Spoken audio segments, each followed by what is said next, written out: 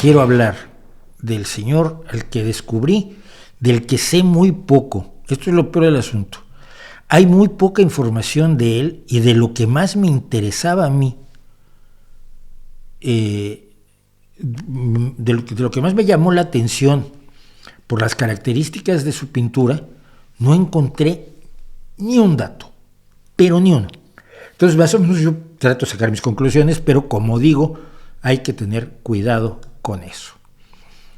Así que, ya que lo están pidiendo, esta es nuestra galería nocturna.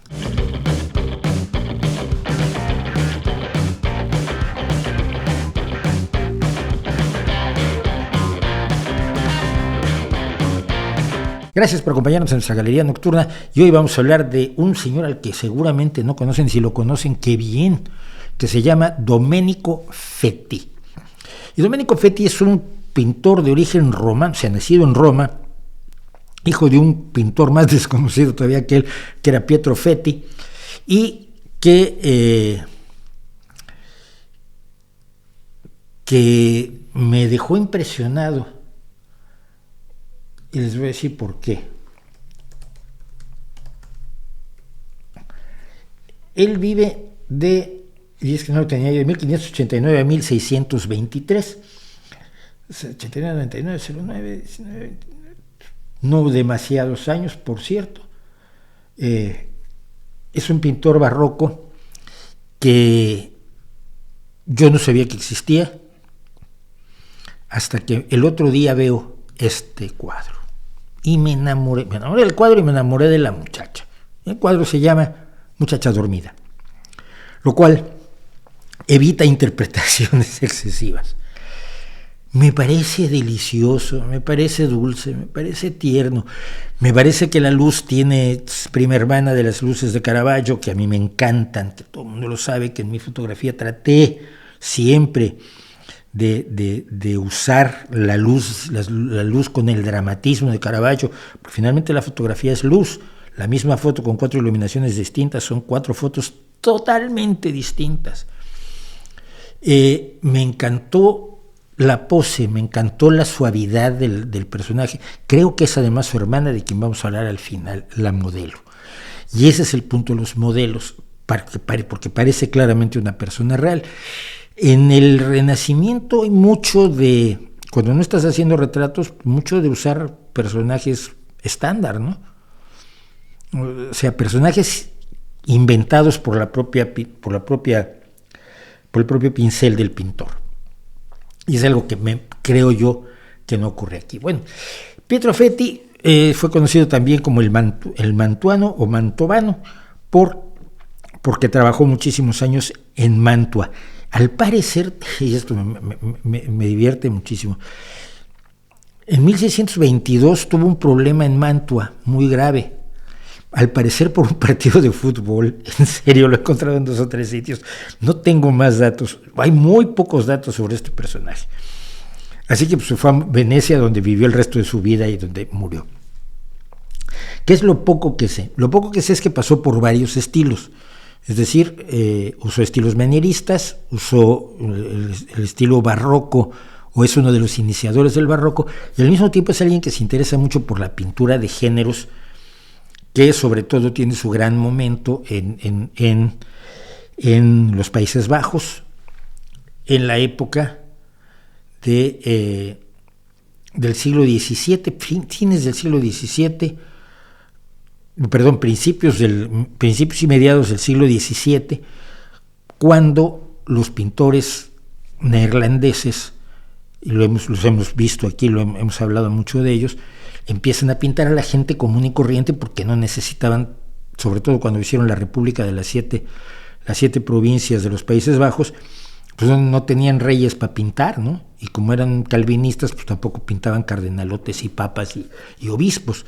Y entonces empezaron a pintar a gente común y corriente, a panaderos y a pescaderos y a gente, a músicos. Hay un músico de una de las grandes pintoras holandesas, de los grandes maestros, que es maravilloso. Entonces pintan la vida real de la gente.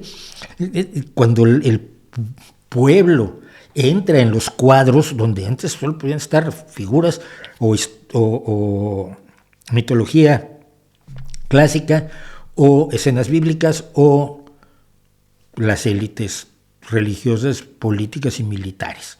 Y eso era lo que cabía dentro de las pinturas. Los cuadros estaban perfectamente delimitados.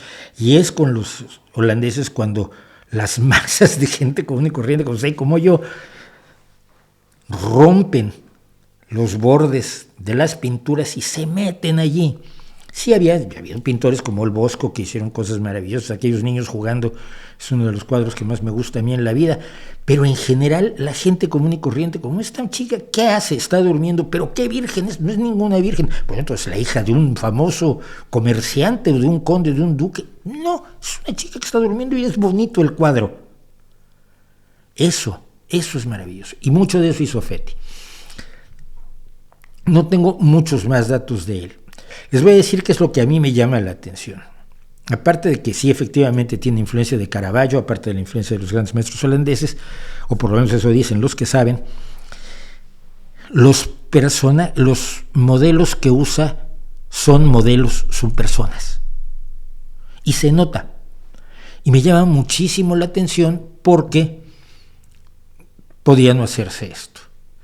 Esto que es absolutamente Caravaggio, aunque tiene luz desde dos lados y no sé la luz de atrás de dónde viene, pero esa luz en el pelo la tratamos de hacer mucho poniendo un foco arriba que se vea solo la luz en el pelo. Yo aquí me lo hago incluso me hago a veces el pelo poco morado con la luz que tengo arriba. Esa luz no sé de dónde viene, pero ese enorme espacio vacío que está ocupado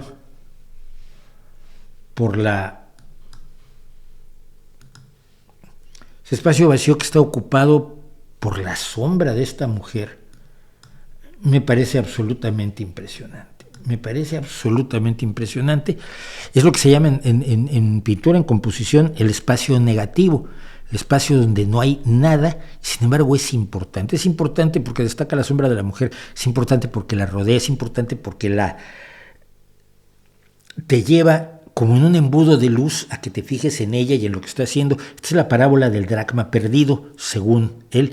Hizo muchos cuadros sobre parábolas, pero a mí me da igual la parábola, lo que me interesa es cómo todo el cuadro está centrado para que veas a esa mujer. Me recuerda mucho el espacio negativo de uno de mis cuadros favoritos de toda la vida, que es El perro semihundido de Goya, la mejor de las pinturas negras de Goya. Este es un hombre con una partitura. ¿Qué hombre es? ¿Es un conde? No, es un hombre con una partitura. Y sin embargo, y es porque se llama hombre con una partitura, porque en realidad pues no se ve la partitura, por lo menos en las reproducciones que yo he visto no se ve la partitura, pero la expresión del tipo, la mano señalando atrás, todo ello me dice que un músico de verdad, no es un señor de la alta sociedad de aquel entonces, es un simple estudio de cabeza de hombre. Y es de estos que me da la impresión clarísima de que, como hizo en su momento Leonardo da Vinci, bebía rostros, aprendía rostros, se apropiaba de rostros por la calle, probablemente algunos fueron sus modelos pintándolos, pero que tenía esa pasión por la persona real más que por la persona imaginaria, porque incluso en los retratos se usa la persona imaginaria, ¿no? Cuando tenías un tipo muy feo que te contrataba para hacer un retrato, pues lo hacías lo menos feo posible, porque si no, no te pagaban. Y hasta este momento los pintores vivían de los ricos. En la actualidad, los grandes pintores de la actualidad viven de los ricos, porque nosotros no nos podemos permitir sus pinturas. Que es, y aquí tengo los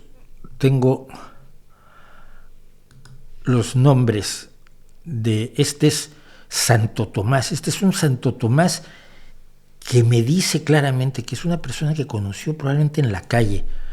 Es impresionante el personaje, verdaderamente. Rostros como este es Arquímedes.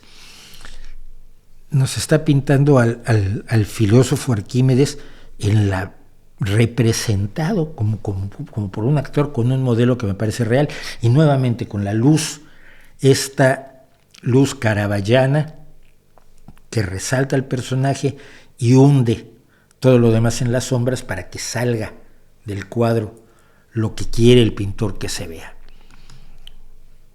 Algo más o menos así pasa con este señor es el emperador Domiciano. No existe, el emperador Domiciano es anterior a todo esto, no es un tipo famoso de la época, y sin embargo es una figura histórica a la que puede recrear con otro que estoy seguro que, y si me equivoco con alegría, que es un personaje que él conoció, que era real, que vivía en Mantua o en Venecia o en Roma, donde le tocara estar a Domenico Fetti, y decir: ven, te voy a pintar, como yo muchas veces le decía a la gente: oye, me gustaría que vinieras a que te tomara yo fotografías.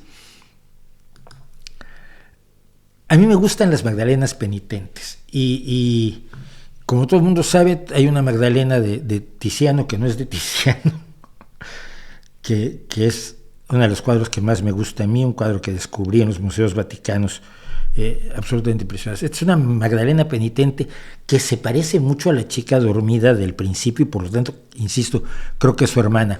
Pero claro, en aquel entonces, si vas a hacer Magdalenas penitentes, pues hacías muchas, porque muchos estaban interesados en tener Magdalenas penitentes, y todas las iglesias querían tener su Magdalena penitente. Esta es casi impresionista, me encanta la idea de que sea pelirroja, ¿no? La idea de que la Magdalena sea pelirroja y sea, porque toda la historia bíblica es que después de la historia postbíblica, perdón, porque esto nunca lo dice la Biblia, es que después de la muerte de Cristo, Magdalena se dedicó a hacer la penitencia, cosa que se inventaron después porque no está en la Biblia.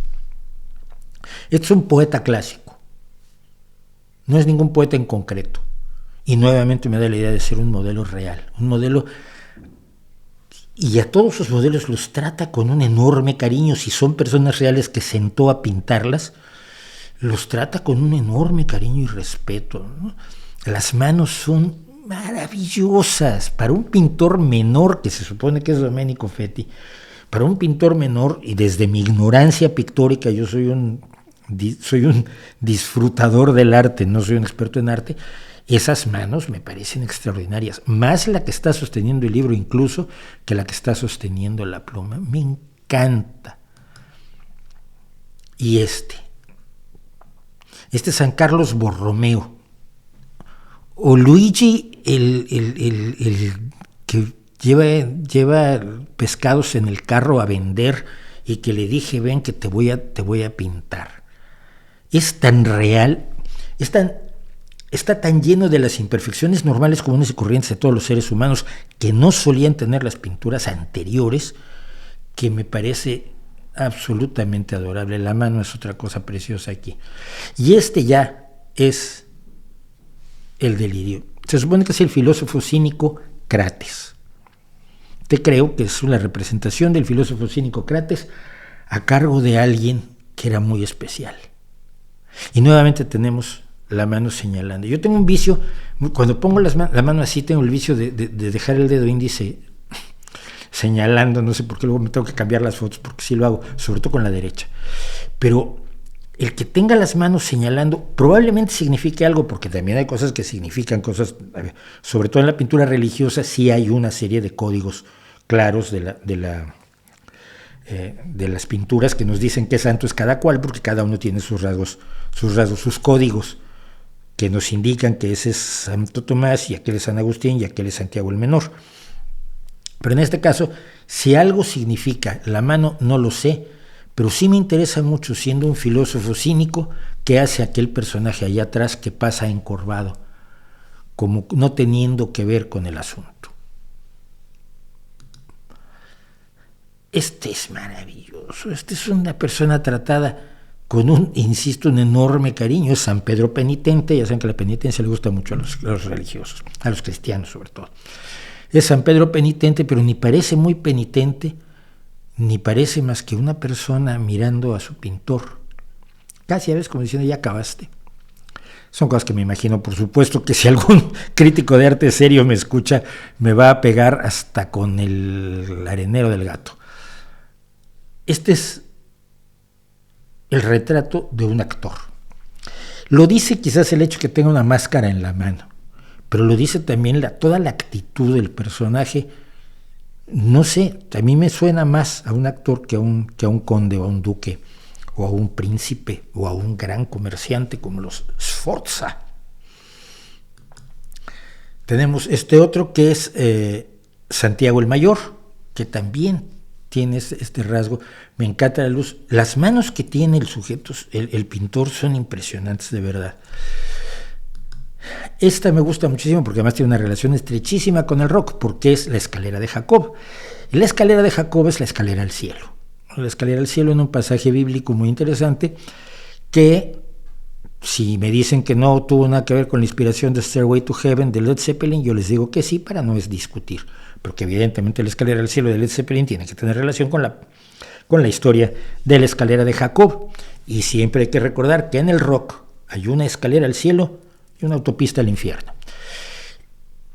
La posición del personaje no es usual, no es habitual, como no es habitual la posición de la primera chica dormida que vimos.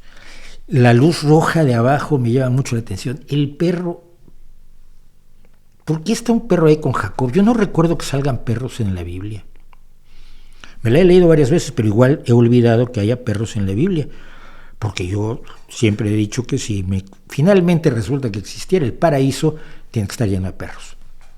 Y hay gente que se enojó muchísimo conmigo cuando dije que había pocos perros en el mundo, porque no, es que hay muchos perros callejeros en mi pueblo. Bueno, el problema es que ustedes cuidan mal a sus perros, pero sigue siendo necesario que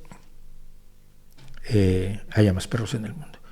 Y termino con esto, que no es una pintura de Domenico Fetti. Es una pintura de su hermana, Lucrina Fetti. Fue hermana y creemos muchas veces modelo de Domenico Fetti, pero es una de las pocas pintoras del siglo XVII que tiene cierta relevancia y tiene cosas enormemente interesantes, y esta es una de ellas. Y a Lucrina Fetti se las dejo de tarea para que investiguen más, porque estamos bien con los pintores maravillosos que conocemos y los pintores que todo el mundo ha visto, los pintores que tenemos consagrados en todos los libros de arte de la historia del barroco y del manierismo y del renacimiento, pero en la segunda fila, como en la segunda fila del rock, como en la segunda fila de la música clásica, incluso como en la segunda fila del cine y del teatro, hay grandes aportaciones que creo que debemos estar al tanto de ellas. A mí me da muchísimo gusto haberme encontrado al señor Domenico Fetti, que he tenido el gusto de presentarles a ustedes en nuestra galería nocturna.